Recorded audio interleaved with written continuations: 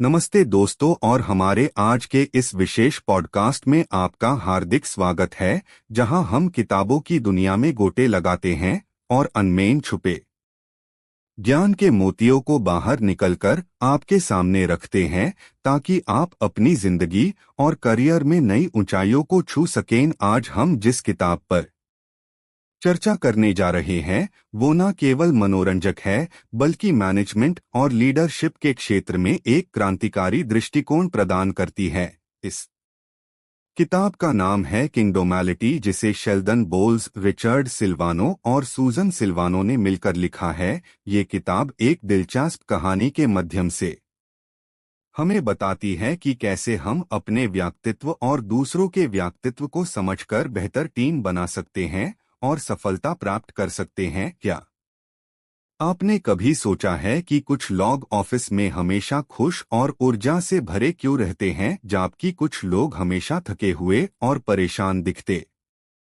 हैं? या फिर क्यों कुछ टीम्स मिलकर चमत्कार कर दिखाती है, जबकि कुछ टीम्स में हमेशा झगड़े होते रहते हैं? आज की इस चर्चा में हम इन्हीं सवालों के जवाब ढूंढेंगे और समझेंगे कि कैसे एक पुराने जमाने की कहानी आज के आधुनिक कॉरपोरेट वर्ल्ड में हमारे लिए मार्गदर्शक बन सकती है। तो चलिए शुरू करते हैं आज का ये सफर किंगडोमैलिटी के साथ। कहानी की शुरुआत होती है एक राजा से जिसका नाम है किंग हैरोल्ड। वो एक बहुत बड़े साम्राज्य का राजा है, लेकिन उसके साम्राज्य में कुछ भी ठीक नहीं चल रहा है। हालांकि उसके पास संसाधनों की कमी नहीं है और ना ही उसके लोग अयोग्य है, फिर भी हर तरफ अव्यवस्था फैली हुई है। प्रोजेक्ट्स समय और प्योर नहीं होते, लोग एक दूसरे से लड़ते रहते हैं और कोई भी अपनी जिम्मेदारी लेने को तैयार नहीं है। किंग हैरोल्ड बहुत परेशान है। वो समझ नहीं पा रहा है कि आखिर गलती कहाँ हो रही है। उसने हर तरह के प्रयास कर लिए, लोगों को डराया धमकाया, यहाँ तक कि इनाम भी दिए, लेकिन नतीजा वही ढक के तीन पात। दोस्तों, क्या ये स्थिति आपको कुछ जानी पहचानी नहीं लग रही है? आजकल कई कंपनियन में भी तो यही होता है। मैनेजर्स परेशान रहते हैं कि उनके एम्प्लॉयज प्रोडक्टिव क्यों नहीं है, प्रोजेक्ट्स डेडलाइंस मिस कर रहे हैं और ऑफिस का माहौल तनावपूर्ण है। किंग हैरोल्ड की कहानी दरअसल हर अस मैनेजर और लीडर की कहानी है, जो अपनी टीम से बेहतर परिणाम चाहता है, लेकिन उसे सही रास्ता नहीं मिल रहा है।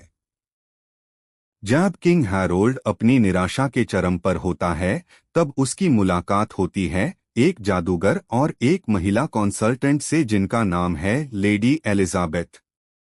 लेडी एलिजाबेथ कोई साधारण महिला नहीं है, वो मनोविज्ञान और प्रबंधन की विशेषज्ञ है। वो राजा को बताती है कि समस्या उसके लोगों में नहीं है, बल्कि समस्या ये है कि लोग सही जगह पर नहीं है। उन्होंने राजा को समझाया कि हर इंसान का एक विशेष व्यक्तित्व होता है, और अगर हम इस व्यक्तित्व के अनुसार उसे काम दे तो वो न केवल खुश रहेगा, बल्कि बेहतरीन काम भी करेगा। लेडी एलिजाबेथ आईएसी किंगडोमैलिटी कहती है, ये एक ऐसा सिद्धांत है जो बताता है कि किसी भी सफल साम्राज्य या कंपनी को चलाने के लिए अलग अलग तरह के लोगों की जरूरत होती है, और उन सबका मिलजुल कर काम करना जरूरी है।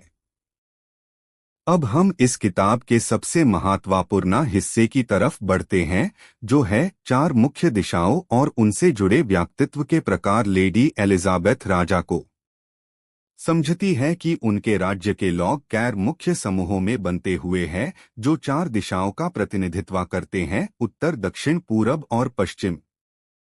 सबसे पहले आते हैं दक्षिण यानी साउथ के लोग, जिन्हें हम हेल्पर्स या सहायक कह सकते हैं।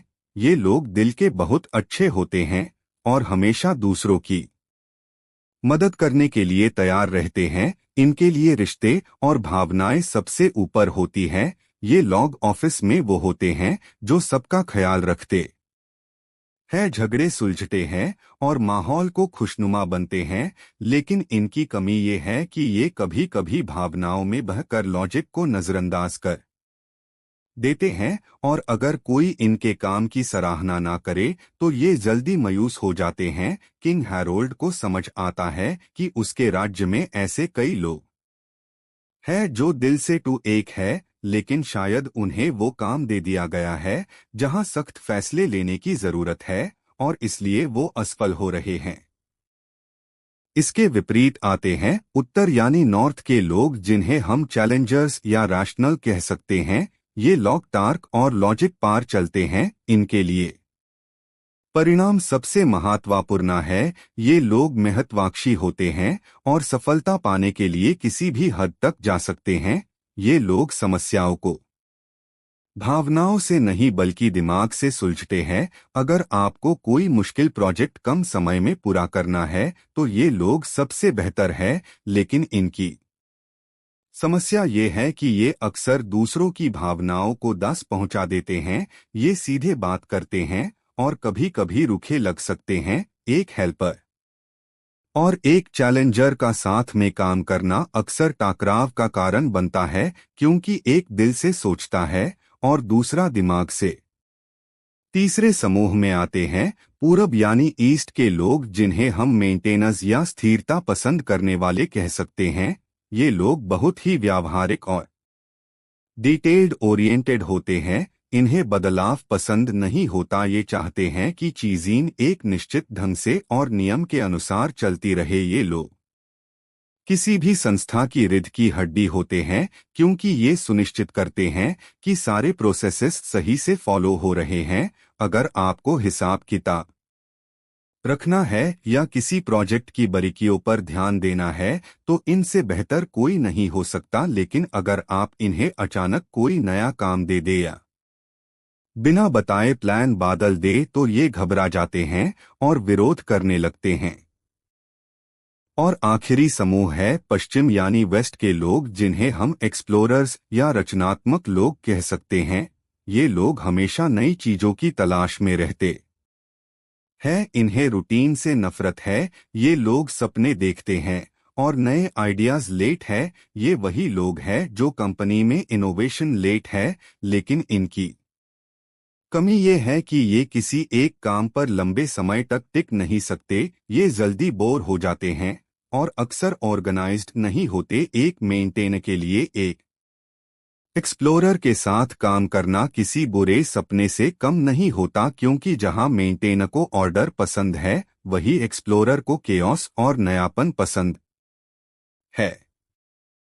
दोस्तों, यहाँ पर लेडी एलिजाबेथ ने किंग हैरोल्ड को एक बहुत बड़ी बात समझाई। उन्होंने कहा कि राजा की सबसे बड़ी गलती ये थी कि वो सबको एक ही तरह से ट्रीट कर रहे थे। वो चाहते थे कि सब लोग एक ही तरह से शोषण और काम करें, लेकिन ये संभव नहीं है। एक सफल राज्य या कंपनी वही होती है जहां इन चरण तरह के लोगों का संतुलन हो। अगर सब लोग सिर्फ नए आइडियाज देंगे तो काम कौन करेगा, और अगर सब लोग सिर्फ नियम मानेंगे तो नई चीजें कैसे बनेंगी। इसलिए एक लीडर का काम है कि वो पहचाने कि उसकी टीम में कौन किस कैटेगरी में आता है और उसे वैसा ही काम दे।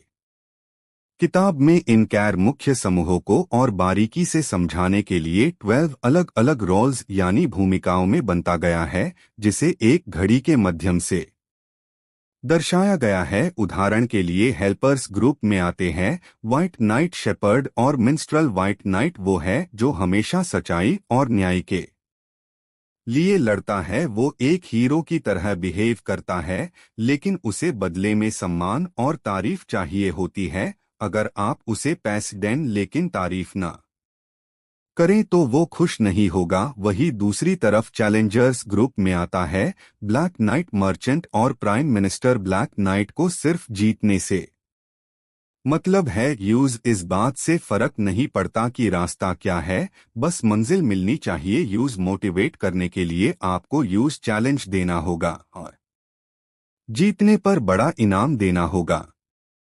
इसी तरह मेंटेनेंस ग्रुप में आते हैं साइंटिस्ट, इंजीनियर और डॉक्टर। साइंटिस्ट हमेशा सच्चाई और फैक्ट्स की तलाश में रहता है। वो तब तक किसी चीज को नहीं मानता जब तक उसके पास दोस्त सबूत ना हो। उसे काम करने के लिए शांति और स्टेबिलिटी चाहिए। इंजीनियर को हर चीज परफेक्ट चाहिए। वो चाहता है कि प्लान पहले से बना हो और सब कुछ उस प्लान के हिसाब से चले। एक्सप्लोरर्स ग्रुप में आते हैं एक्सप्लोरर, ड्रीमर, मिन्स्ट्रल और बेनेवोलेंट।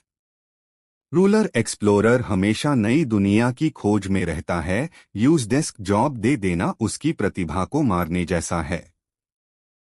किंग हैरोल्ड ने जैब इन 12 रोल्स के बारे में जाना तो यूज एहसास हुआ कि उसने कितनी बड़ी गलतियां की थी। उसने एक साइंटिस्ट किस्म के व्यक्ति को लोगों से डील करने का काम दे दिया था जहां एम्पथी की जरूरत थी, और एक एक्सप्लोरर किस्म के व्यक्ति को हिसाब किताब रखने को कहा था जहां स्टेबिलिटी की जरूरत थी। नतीजा वही हुआ जो होना था। काम बिगड़ गया और लोग नाखुश। द लेडी एलिजाबेथ ने राजा को सिखाया कि मैनेजमेंट का असली राज है right person in the right job, यानी सही व्यक्ति को सही काम देना। जब आप किसी इंसान को वैसा काम देते हैं जो उसके प्राकृतिक स्वभाव से मेल खाता है तो वो काम उसके लिए बोझ नहीं बल्कि आनंद बन जाता है, और तब वो अपनी पूरी क्षमता से काम करता है।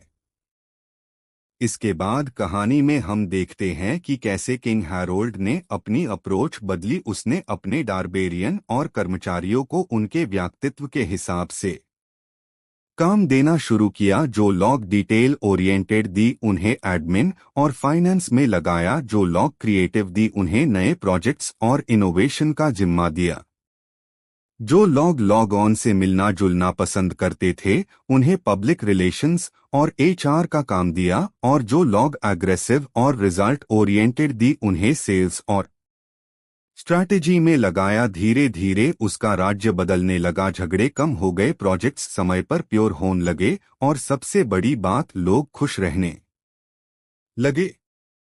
लेकिन दोस्तों, सिर्फ लोगों को सही काम देना ही काफी नहीं है। एक और महत्वपूर्ण बात जो इस किताब में बताई गई है वो है टीम डायनामिक्स, यानी टीम कैसे काम करती है। लेडी एलिजाबेथ ने समझाया कि अलग अलग व्यक्तित्व वे लोग अक्सर एक दूसरे को गलत समझते हैं। एक रैशनल इंसान को लगता है कि इमोशनल इंसान कमजोर है, और एक इमोशनल इंसान को लगता है कि रैशनल इंसान निर्दय है। एक क्रिएटिव इंसान को लगता है कि प्रैक्टिकल इंसान बोरिंग है, और प्रैक्टिकल इंसान को लगता है कि क्रिएटिव इंसान हवा में उड़ रहा है। लीडर का काम है इन सबको ये समझना कि हम सब अलग है लेकिन हम सबकी जरूरत है।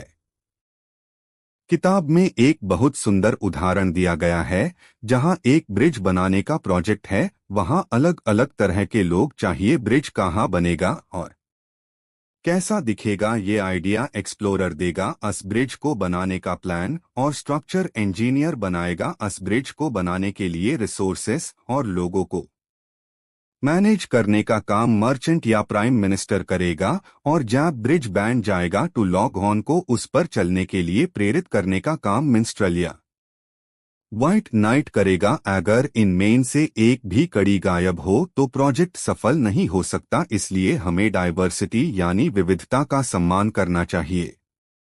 अब सवाल ये उठता है कि हम अपनी जिंदगी में इस ज्ञान का उपयोग कैसे करें। सबसे पहले तो हमें खुद को पहचानना होगा। आप खुद से पूछिए कि आपको क्या करना पसंद है। क्या आपको लोगों की मदद करना अच्छा लगता है, या आपको प्रॉब्लम्स सॉल्व करना पसंद है। क्या आपको रूटीन पसंद है, या आपको हर दिन कुछ नया चाहिए। जब आप अपने आप को समझ लेंगे तो आप अपने लिए सही करियर और सही रोल चुन पाएंगे। अगर आप एक मैनेजर हैं तो आपको अपनी टीम को गौर से देखना चाहिए। सिर्फ उनकी स्किल्स या डिग्री मैट देखिए, उनके स्वभाव को देखिए। देखिए कि वो किस चीज से मोटिवेट होते हैं।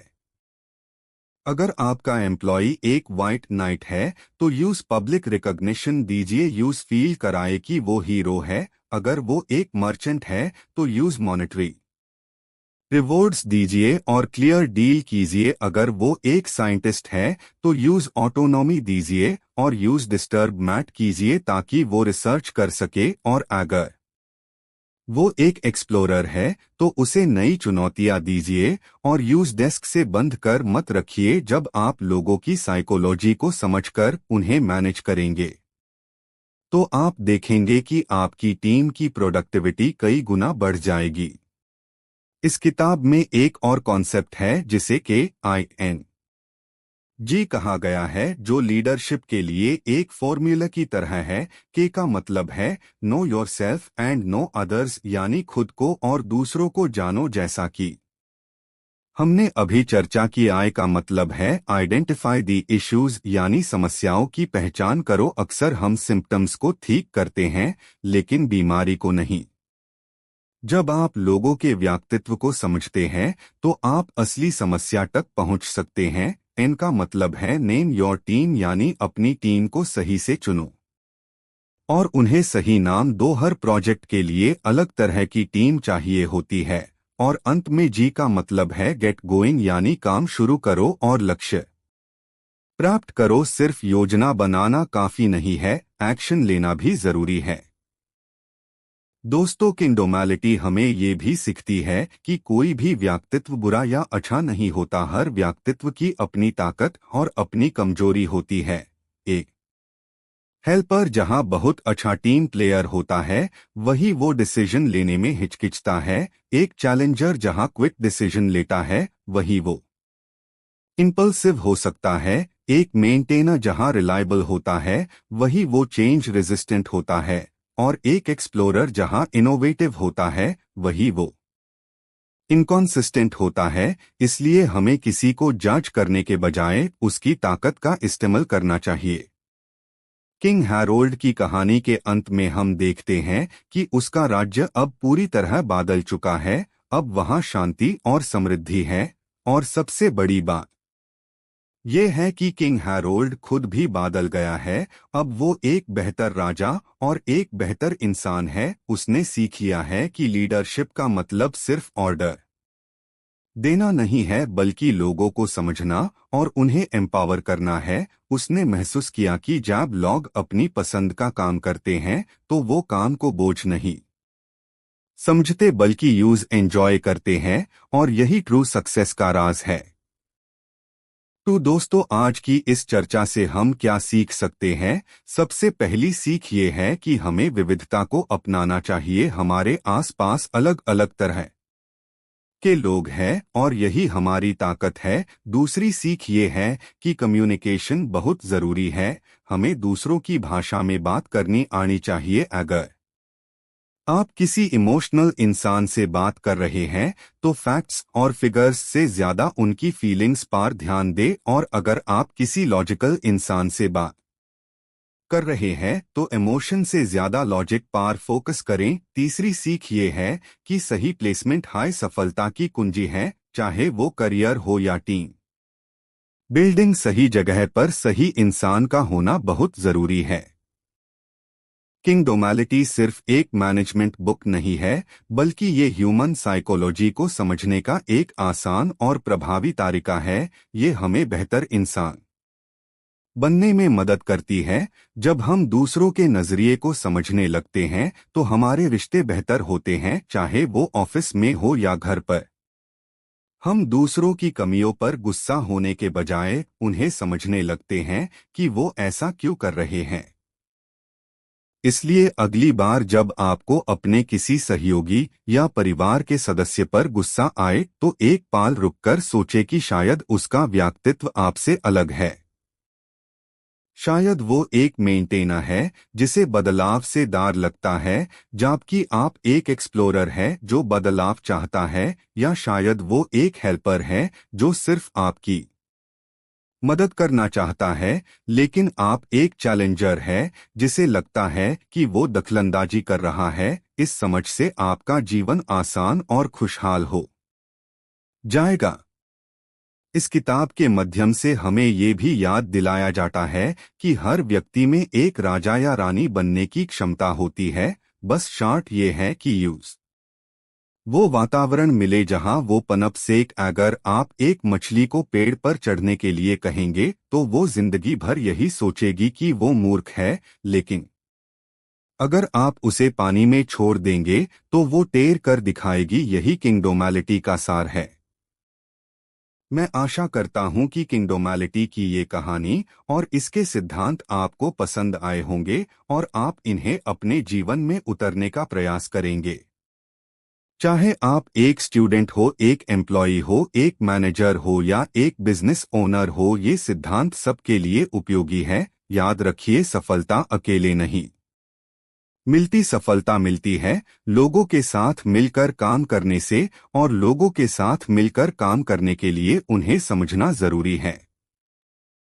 तो दोस्तों, आज के लिए बस इतना ही। आप अपने व्यक्तित्व को पहचानिए, अपनी टीम को पहचानिए और देखिए कि कैसे आप अपनी छोटी सी दुनिया को एक खुशहाल साम्राज्य में बादल सकते हैं। हम फिर मिलेंगे एक नई किताब और नई कहानी के साथ। तब तक के लिए सीखते रहिए, बढ़ते रहिए और अपनी जिंदगी में खुशियां बिखेरता रहिए।